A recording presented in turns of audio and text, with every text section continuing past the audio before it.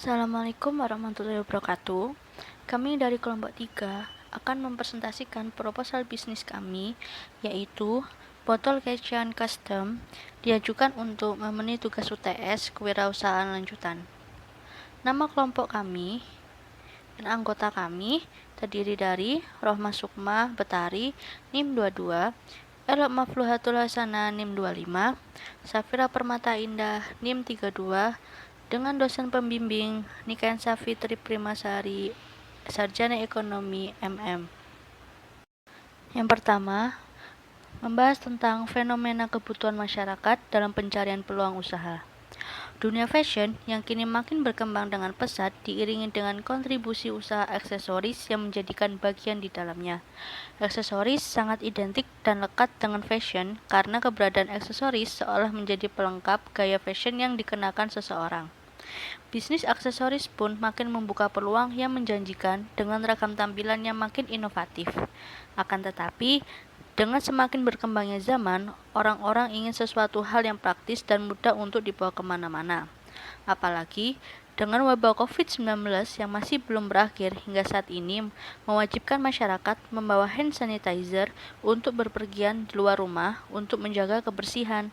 Tidak hanya itu saja, di kalangan anak sudah tidak asing lagi jika berpergian selalu membawa parfum untuk menjaga kepercayaan diri. Terkadang juga barang yang sama bisa bertukar dengan orang lain dan tempat penyimpanan yang memakan banyak tempat menjadi kendala bagi mereka. Kedua, tentang value proposition dan ide bisnis.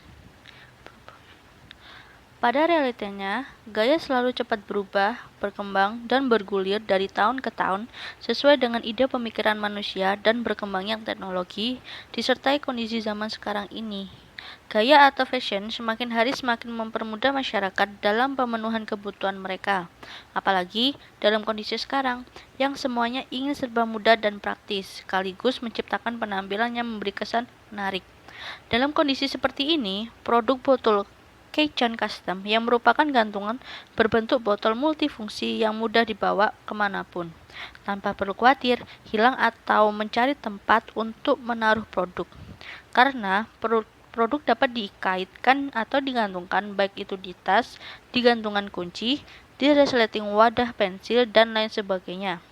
Tentunya memiliki target dan peluang pasar yang besar dari semua kalangan anak muda maupun orang dewasa pasti tertarik dengan produk ini. Kemudian yang ketiga yakni analisis SWOT dan pastel untuk rancangan bisnis digital. Prospek pengembangan produk botol Keican Custom dikaji berdasarkan pada analisa SWOT atau Strength, Weakness, Opportunity, dan Threat sebagai berikut. Yang pertama yakni faktor internal. Kekuatan. Yang pertama yakni harga yang tidak terlalu tinggi atau terjangkau menjual berbagai ukuran botol. Kemudian meningkatkan penjualan dengan berbagai promosi di sosial media. Kemudian yang ketiga yakni memperhatikan setiap permintaan dan kebutuhan para pelanggan. Kemudian ada kelemahan.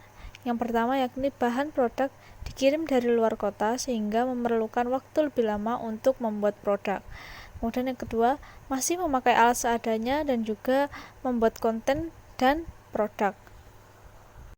Kemudian ada faktor eksternal, meliputi yakni peluang, banyaknya konsumen karena bisa dipastikan bahwa semua orang ingin yang mudah dan juga praktis.